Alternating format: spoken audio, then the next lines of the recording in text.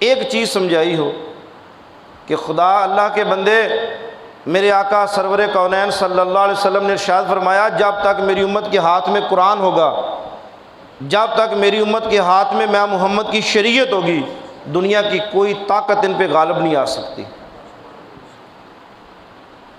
دنیا کی کوئی طاقت ان پہ غالب نہیں آ سکتی۔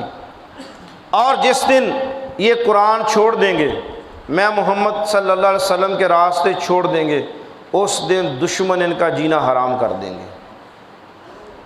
کون سی غیبی طاقت ہے مسلمانوں کے پاس کہ موسیٰ بن نصیر جیسا جرنیل، لوگ ہم کہتے ہیں نا کہ یہ مسجد کس کی ہے، سورۃ حج کے اندر اللہ وحدہ لا شریک نے مسلمانوں سے اس مخاطب کر کے فرمایا ہے کہ میں نے تمہارا نام المسلمین رکھا ہے۔ کیا نام رکھا ہے؟ کیا نام رکھا ہے؟ المسلمین۔ میں نے تمہارا نام مسلمین رکھا، مسلمان رکھا ہے۔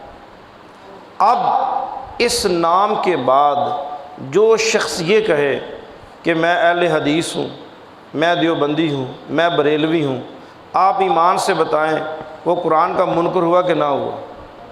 بولیں قرآن کا حکم ہے کہ تفرقے میں نہ جانا، تفرقہ تمہاری موت ہے۔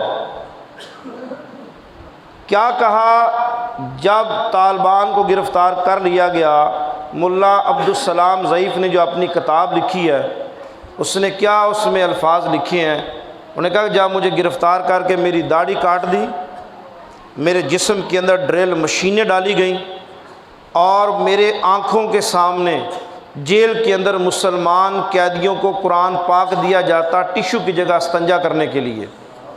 عیسائی پانی کے ساتھ استنجا نہیں کرتے، عیسائی استنجا ٹشو کے ساتھ کرتے ہیں۔ ہماری آنکھوں کے سامنے قرآن پاک کے ورق پھاڑے جاتے اور وہ استنجا کر کے ہمارے سامنے رکھتے۔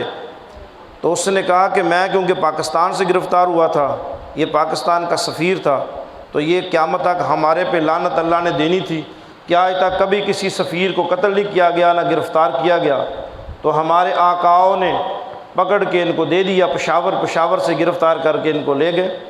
وہ کہتے ہیں کہ مجھے اس جرنیل نے کہا، جو امریکن جرنیل تھا، اس نے کہا بڑی تاریخ بیان کرتے ہو کہ امام مہدی آئے گا، یہ پورے لکھے اس نے الفاظ۔